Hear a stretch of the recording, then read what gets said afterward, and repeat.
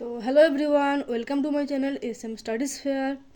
Previous ভিডিওটিতে আমরা company রুলের সময় যে যে অ্যাক্টগুলি এসেছিলো সেইগুলি আমরা আলোচনা করেছি। আজকের ভিডিওটিতে আমরা ক্রাউন রুলের সময় যে যে অ্যাক্টগুলি এসছে সেইগুলি আমরা আলোচনা করব। তো তোমরা যারা যারা প্রিভিয়াস ভিডিওগুলো দেখো নি তারা প্লে লিস্টে গিয়ে প্রিভিয়াস ভিডিও দেখে নেবে। তো সময় নষ্ট না করে শুরু করছি আজকের ভিডিও। প্রথমে আমরা ক্রাউন রুলের ব্যাকগ্রাউন্ডটা জেনে নেব। তো কী হয়, 1857-তে একটি বিদ্রোহ হয়, যেটি প্রথম স্বাধীনতার যুদ্ধ বা সিপাহী বিদ্রোহ নামে পরিচিত। এটি একটি ব্যাপক বিদ্রোহ ছিল। এই বিদ্রোহের পরই ইস্ট ইন্ডিয়া কোম্পানি শাসনের অবসান ঘটানো হয় বা ইস্ট ইন্ডিয়া কোম্পানিকে সরিয়ে দেওয়া হয়। মূলত কী হয়েছিল, মূলত ব্রিটিশ পার্লামেন্ট এটি মনে করলো যে ইস্ট ইন্ডিয়া কোম্পানি যদি এইভাবে তার শাসন কার্য চালাতে থাকে তাহলে সেই দিন দূর নয় যেদিন ইংরেজদের ভারত ছেড়ে চলে যেতে হবে। সেই কারণে ব্রিটিশ পার্লামেন্ট কোম্পানির শাসনের অবসান ঘটিয়ে ভারতের শাসনভার নিজের হাতে নেয়, বা এক কথায় ইস্ট ইন্ডিয়া কোম্পানির সব ক্ষমতা ব্রিটিশ পার্লামেন্ট বা ব্রিটিশের রানীর কাছে চলে যায়। এরপরই কী হয়, এরপরই ক্রাউন রুল শুরু হয়। আর ক্রাউন রুলের সময় ব্রিটিশ পার্লামেন্ট এই বিভিন্ন অ্যাক্টগুলি নিয়ে আসে যাতে তারা ভারতীয়দের এটা বিশ্বাস করাতে পারে যে ব্রিটিশ গভর্নমেন্ট যা করছে তা ভারতীয়দের ভালোর জন্যই করছে। যদিও করছে না, যদিও আসলে হচ্ছে না, কিন্তু এটা মনে করাতে হবে যে ব্রিটিশ পার্লামেন্ট যা করছে সেটা ভারতীয়দের ভালোর জন্য করছে।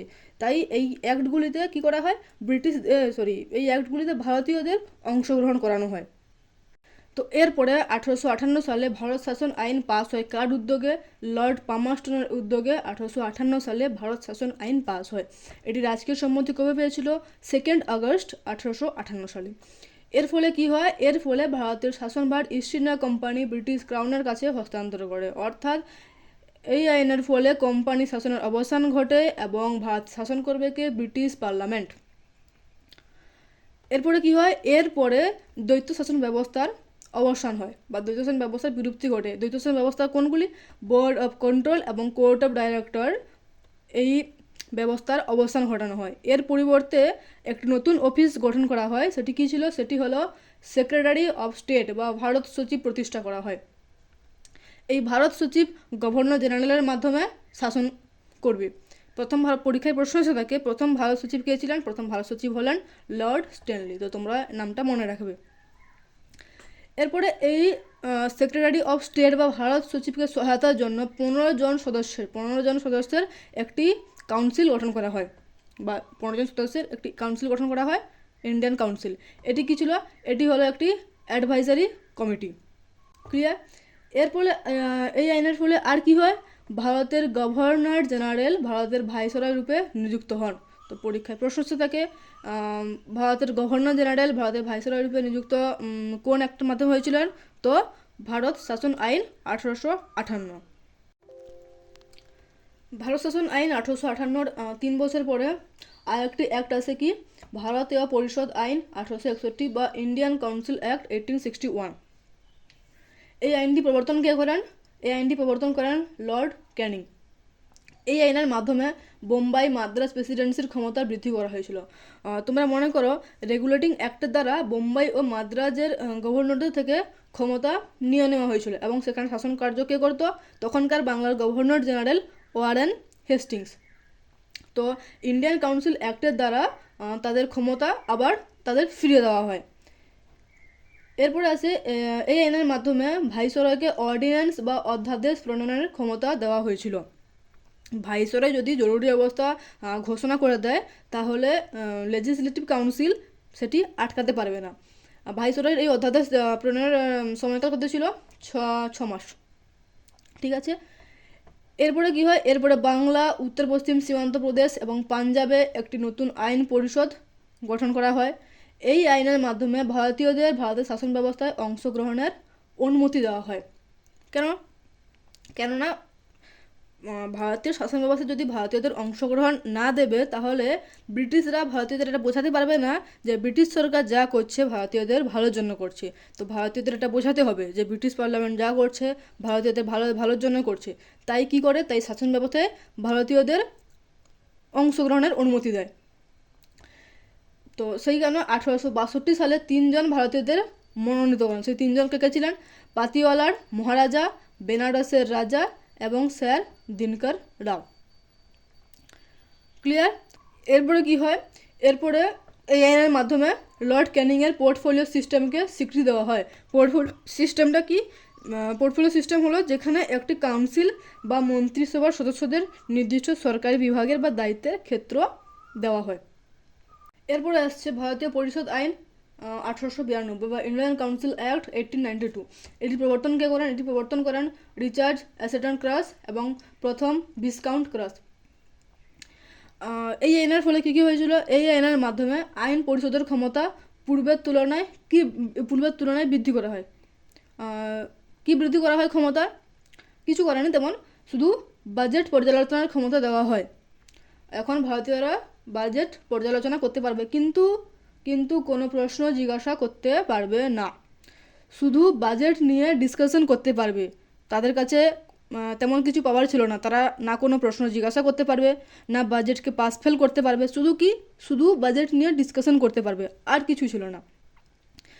ব্রিটিশরা বহুত চালাক ছিল, শুধুমাত্র দেখানোর জন্য যে তারা ভারতীয়দের অ্যাডমিনিস্ট্রেশনে অ্যাড করছে, ভারতীয়দের নিয়ে ভাবছে, কিন্তু রিয়েলে ভারতীয়দের কোনো পাওয়ার দেয়নি। তারা পাওয়ার নিজেদের কাছে রেখেছে। এরপরে আসছে এই আইনের মাধ্যমে কেন্দ্রীয় ও প্রাদেশিক আইন পরিষদের সদস্য সংখ্যা বৃদ্ধি করা হয়। 10 থেকে 16 জনের মধ্যে থাকবে সদস্য সংখ্যা। এরপরে কেন্দ্রীয় আইন পরিষদে বেসরকারি সদস্যদের মনোনয়ন করে কাদের দ্বারা? বেঙ্গল চেম্বার অফ কমার্স, পৌরসভা, বিশ্ববিদ্যালয়, বাণিজ্য সমিতি, জমিদারের সুপারিশের ভিত্তিতে কেন্দ্রীয় আইন পরিষদে বেসরকারি সদস্যদের মনোনয়ন করে, যাতে ব্রিটিশ সরকার পড়ে বলতে পারে। এটা কেন করছিল? যাতে ব্রিটিশ সরকার পড়ে বলতে পারে যে তারা যাকে এরা যাকে সুপারিশ করছে ব্রিটিশ সরকার তাদেরই অ্যাপয়েন্ট করছে, কিন্তু যে নন অফিসিয়াল মেম্বাররা নির্বাচিত হয়ে আসছে তাদের কাছে তেমন কিছু পাওয়ার ছিলই না। সব ক্ষমতা ব্রিটিশরা নিজেদের কাছে রেখেছিল। অ্যাপয়েন্ট তো করছে, কিন্তু কোনো তেমন কিছু পাওয়ার তাদের কাছে নেই। ঠিক আছে। এরপরে আসছে ভারতীয় পরিষদ আইন 1909 বা ইন্ডিয়ান কাউন্সিল অ্যাক্ট 1909। এটি মল্লে মিন্টো সংস্কার নামে পরিচিত। এর সময় ভারত সচিব কে ছিলেন? লর্ড মল্লে, এবং ভাইসরয় ছিলেন লর্ড মিন্টো। এই আইনের মাধ্যমে কেন্দ্রীয় আইন পরিষদের সদস্য সংখ্যা 16 থেকে বাড়িয়ে 60 করা হয়েছিল, এবং তার সাথে কিছু পাওয়ার দেওয়া হয়েছিল। কি পাওয়ার দেওয়া হয়েছিল? যেমন এখন তারা বাজেটের বিষয়ে প্রশ্ন জিজ্ঞাসা করতে পারবে এবং তার সঙ্গে বাজেটের রেজলিউশন পাস করতে পারবে। এর আগে আমরা ইন্ডিয়ান কাউন্সিল অ্যাক্ট 1892-তে পড়ে এলাম যে তারা বাজেট নিয়ে শুধু ডিসকাস করতে পারবে, কোনো প্রশ্ন জিজ্ঞাসা করতে পারবে না। কিন্তু ইন্ডিয়ান কাউন্সিল অ্যাক্ট 1909-এর তারা প্রশ্ন জিজ্ঞাসা করতে পারবে এবং রেজলিউশন পাস করতে পারবে। কিন্তু এগুলো তেমন কিছু পাওয়ার না। মেন পাওয়ার তো ব্রিটিশ তাদের কাছেই রেখেছে, কেননা তাদের ভারতে লম্বা সময় ধরে শাসন কাজ করতে হবে, এবং যাতে আর কোনো বিদ্রোহ না হয় সেই কারণে ভারতীয়দের কিছু পাওয়ার দিচ্ছে। বোঝা গেছে? অ্যাকচুয়ালি ব্রিটিশরা স্মার্টলি রুল করছে ভারতে। এরপরে কী হয়? এরপরে এই আইনের মাধ্যমে রাজ্য আইন পরিষদের বেসরকারি সদস্য সংখ্যা বৃদ্ধি করা হয়। এরপরে প্রথমবারের মতো কোনো ভারতীয় ভাইসরয়ের এক্সিকিউটিভ কাউন্সিলের সঙ্গে যুক্ত ছিল। এর আগে ভাইসরয়ের এক্সিকিউটিভ কাউন্সিলের সঙ্গে কোনো ভারতীয় যুক্ত ছিল না। তো বোঝা গেছে প্রথমবারের মতোই ভাইসরয়ের গভর্নর নির্বাহী পরিষদের সাথে ভারতীয়দের সংযোগ স্থাপনের ব্যবস্থা করা হয়, অর্থাৎ ভারতীয়কে এক্সিকিউটিভ কাউন্সিলে অ্যাড করা হয়েছিল। প্রথম যে যুক্ত হয়েছিল তিনি কে ছিলেন? তিনি ছিলেন সত্যেন্দ্রনাথ প্রসন্ন সিনহা। তিনি প্রথম ভাইসরয়ের কার্যনির্বাহী কমিটি বা এক্সিকিউটিভ কাউন্সিলের আইন সদস্য হিসেবে নিযুক্ত হয়েছিলেন। অনেকবার এই প্রশ্নটি জিজ্ঞাসা করা হয়েছে, তো তোমরা এটা মনে রাখবে। এরপরে কি হয়? এরপরে মুসলিম সম্প্রদায়ের জন্য পৃথক ভোটের ব্যবস্থা করা হয়, অর্থাৎ কোনো মুসলিম ক্যান্ডিডেট যদি ভোটে দাঁড়ায় তাহলে সেই মুসলিম ক্যান্ডিডেটকে শুধু মুসলিমরাই ভোট দিতে পারবে। এটি কী ছিল? এটি ছিল ডিভাইড অ্যান্ড রুল। কেননা এই সময় আইএনসি খুব গ্রো করছিল। 1905 বঙ্গভঙ্গ আন্দোলন, স্বদেশী আন্দোলন এইসব হচ্ছিল। তো সেই কারণে আইএনসি স্পিডটাকে আটকানোর জন্য ডিভাইড অ্যান্ড রুল করা হয়েছিল। কেননা হিন্দু মুসলিম যদি এক হয়ে যায় তাহলে খুব সহজে ব্রিটিশদের তাড়িয়ে দিত, সেই কারণে ব্রিটিশরা বুদ্ধি খাটিয়ে মুসলিমদের জন্য পৃথক ভোটের ব্যবস্থা করে, যাতে হিন্দু আর মুসলিমের মধ্যে ইউনিটি না আসে। তো এই মুসলিম সম্প্রদায়ের জন্য পৃথক ভোটের ব্যবস্থা কে করেছিল? Lord Minto. তাই লর্ড মিন্টোকে সাম্প্রদায়িক নির্বাচনের জনক বলা হয়। এই অ্যাক্টের মাধ্যমে প্রথম নির্বাচন ব্যবস্থাকে স্বীকৃতি দেওয়া হয়েছিল। তো এখানেই ভারতীয় পরিষদ আইন 1909 শেষ হচ্ছে, 1909। এরপরে যে অ্যাক্টগুলো আসছে সেগুলো আমার পার্ট 2-তে ডিসকাস করব। তো আজকের মতো এইটুকুই। তোমাদের যদি ভিডিওটি ভালো লেগে থাকে তাহলে অবশ্যই লাইক, শেয়ার অ্যান্ড সাবস্ক্রাইব করে দিও। Bye bye.